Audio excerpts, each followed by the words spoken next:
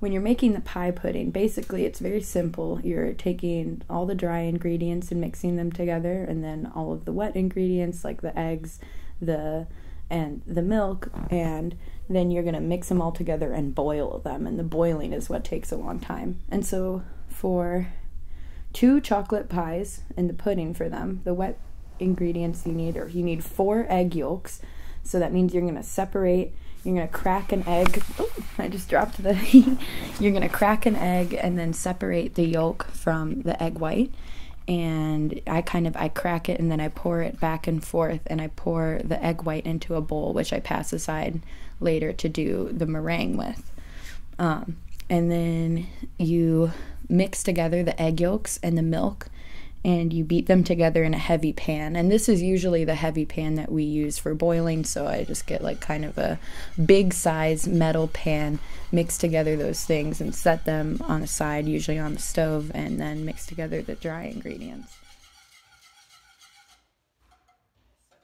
And so for the dry ingredients, you need 2 cups of sugar, 8 tablespoons of flour, 4 tablespoons of cocoa powder, and you're going to mix them together. We like to use a sifter, so we sift together, then we crank and crank and crank and crank until it's all in, and then you just start mixing. And usually this takes like 30, maybe 45 minutes of mixing it over medium heat until it boils. And my aunts always say, I would be cooking in the kitchen in like middle school and stuff, and I'd be like, oh my God, when is it gonna boil? To the point where I'd have a stool up by the stove because my back would start hurting.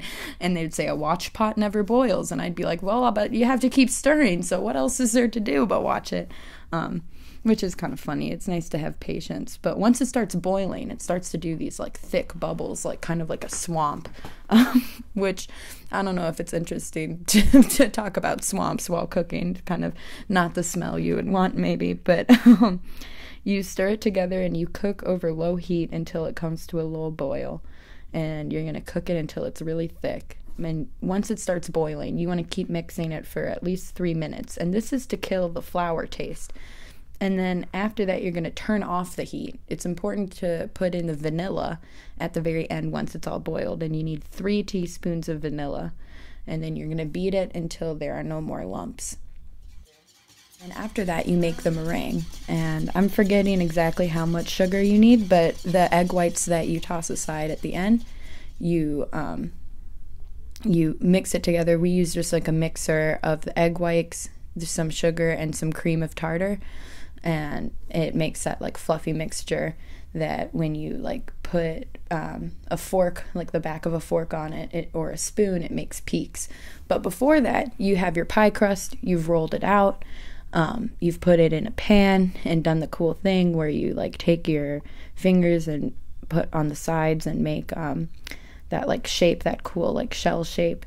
And then you have that, and you bake the pie crust for like 10 minutes, and then you pour in the chocolate pudding, and you hopefully have the meringue made now, and then you just put it on top and you peek it with the spoon, and then bam, you got like this warm chocolate pudding pie, and it is amazing and wonderful.